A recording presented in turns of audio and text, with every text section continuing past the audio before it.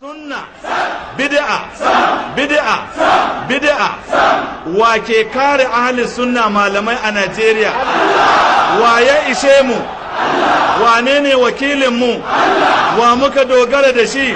Fada ya hada ka da matarka ka bude baki ka zage ta, ka ci zalinta, ɗanka ka zalunce shi, ka zage shi ko ka tsine mai ba a inda ya dace ba, hakanan makwabcinka ka cutar da shi ko kai mishi wani abu wanda bai halatta ba. Duk waɗannan zunubai ne. Sai manzon Allah ya ce sallah da sadaka suna kankare waɗannan zunuban.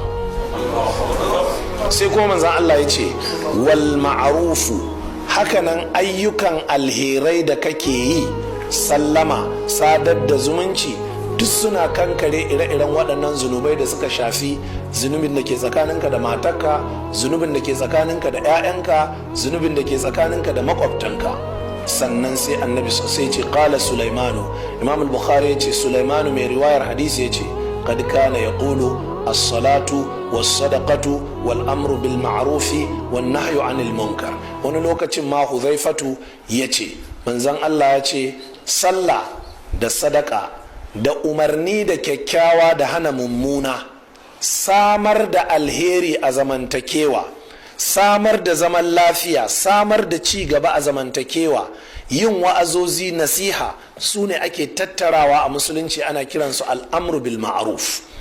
Waɗannan ayyukan na alheri da kake yi to suna kankare maka ainihin zunubai, hakanan sallah, hakanan sadaka. Kala da Umar ya ji wannan wa'azi da Huzaifa ya ce shi ya haddace, sai ce laisa hadhihi uridu, kai ba fitintunu irin waɗannan ƙanana ba, don mutum ya zagi ɗan shi, don mutum ya zagi matar shi, don ya cuci duk waɗannan fitintunu ne, ba irin waɗannan fitintunun nake nufi ba.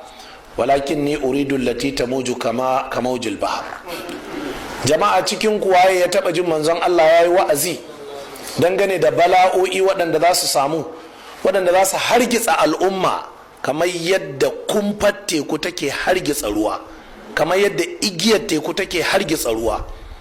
Ka dubi igiya a teku, sai ta ɗauki ruwan da ke gaba sai ta dawo da shi baya, sai ta ɗauki ruwan da ke gaba sai ta challa shi tsakiya, na tsakiya kuma sai ta callo shi yayo waje. Allah ya sa ka taɓa zuwa ka ga teku, sai in ka ga teku tukuna za ka gane wannan, kuma daga nan za a gane mu'ujizar manzan Allah sallallahu alaihi wasallam. Ka ji manzan Allah buga misali da teku, amma manzan Allah bai taba ganin teku ba, manzan Allah bai taba ganin teku ba sallallahu ta'ala alaihi wa alihi wasallam. Fitintunu waɗanda suke rikita mutane na gaba ya koma baya. Kana musulmi da safe kafin magariba ka zama arne, garinku na zaune lafiya da daddare kafin gari ya waye gidaje 10 sun rushe, bom ya tashi. An fahimta jama'a? An waye gari shine shugaban kasa, kafin la'asar yana kurkuku, an yi juyin mulki. Ɗazu shine senate president, an jima EFCC ta jefa shi a sel. Fitintunu waɗanda yanzu sai kaga sun hargitsa al'amura. Ko kun fahimta jama'a? Irin wannan nake nema, waye taɓa jin jawabin manzon Allah akan haka? Qala sai Huzaifa yace qultu laysa alayka biha ya amiral mu'minina ba'su. Ran sarkin musulmi ya dade, ranka ya dade Umar.